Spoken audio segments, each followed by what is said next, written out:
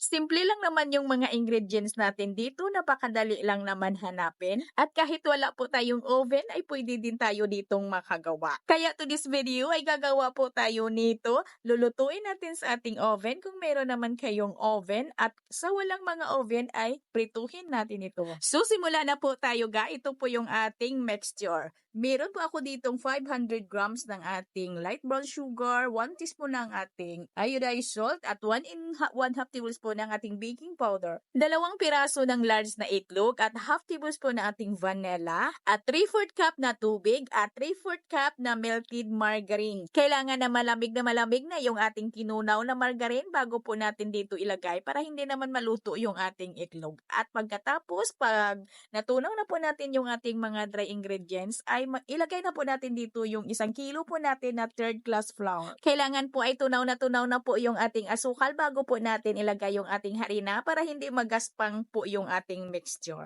And then mix lang po talaga natin hanggang sa maging ganito na po yung mixture natin na wala na po yung mga hulu harina. At pagkatapos ay iris muna natin yung ating mixture ng 1 oras. Pagkalipas ng 1 oras mga ga, ay pwede na po nating i-transfer dito sa ating lyanera. Ay banyahan lang po natin ng margarine or shortening yung ating lyanera para hindi dumikit yung ating mixture pag naluto. At i-flatten lang po natin yan. Yung sizes ng aking lyanera na ito ay 9 by 11 by 1. At ito yung natira nating mixture. Ito po ay lulutuin po natin sa ating mantika. Prituhin natin ito mga ga. Ibilog lang po natin yan. Sa naaayon po sa gusto po ninyong laki, pero wag lang masyadong malaki ha, para maluto din yung loob. Para iwas lagkit sa pagbilog ay mag-dust lang ng kaunti lang po na harina. At pagkatapos po natin itong ma-form ay pwede na talaga na lutuin natin ito agad. At ganun din yung lulutuin natin sa ating oven. Kailangan na mainit na yung ating oven bago po natin lutuin. Ito pong time baking natin sa ating video screen kung sa electric oven po natin lulutuin. At kailangan po mga ga ay mainit na po talaga yung ating mantika bago po natin ito ilagay para po hindi mamantikain yung loob. At pagkatapos ay pahinaan nyo na po yung apoy ng ating kalan. Bali ilagay nyo lang sa katamtaman para hindi naman masunog at lutong-luto yung loob. At normal lang yan ga, nagabitak-bitak yan ng kaunti kasi sa unang salang po talaga natin ay mainit yung ating mantika at malakas yung apoy ng ating kalan. At ito na po yung luto sa ating electric oven at habang nagpapalamig po tayo dito ay magpakulo na po tayo ng ating asukal. So dito kailangan natin ng 2 1/2 cup ng ating tubig, 3/4 cup ng ating light brown sugar, at 1/8 cup ng ating cornstarch. At maglagay tayo dito ng ubi powder lang po yung gamit ko. Maglagay tayo ng 1/8 cup. And then tunawin muna natin yung ating cornstarch at pakuluan natin ito. Pakuluan natin ito ng mga 1 minute lang. At after 1 minute ay patayin na po natin yung apoy ng ating kalan at palamigin lang muna natin ito. At dito malamig na po yung ating mixture ay hiwain na po natin ito. Hiniwa ko lang po ito sa 3 by 8. At ibahin naman natin yung hugis. Ibahin naman natin yung shape ng ating ube bar. Kung baga, ube triangle na po ito.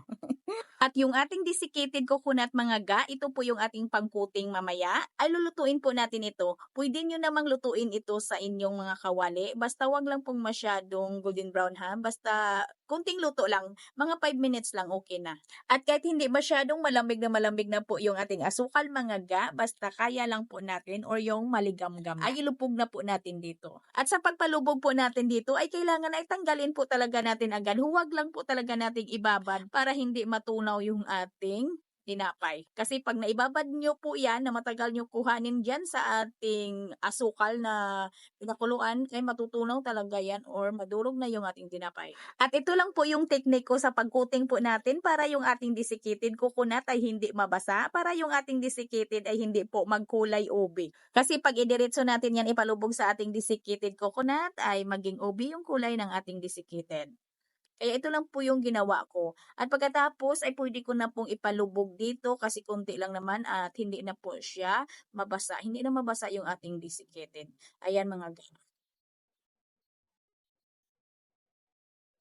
At yung mga natira na desiccated na nahulog po sa ating pinaglagyan ay ilagay lang po natin dito. Sayang din. At ito yung ating niluto sa ating mantika. At idiretso ko na po ito ipalubog sa ating desiccated.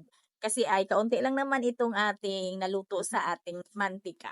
Ayan mga ga, simpleng ingredients po natin na masarap. At madali lang po talagang gawin ha. At yung bintahan ko po dito ay 8 pesos po. At hindi po tayo magkapareho ng bintahan ha kasi ay depende din yan sa ating costing. Yung ating 1/4 na desiccated coconut ay hindi pala dito naubos. At dito nagtapos yung ating video. Sana'y nagustuhan po ninyo yung ating recipe ngayon. Ito pong muli ang inyong Kainday Tinapay. Maraming salamat at bye-bye.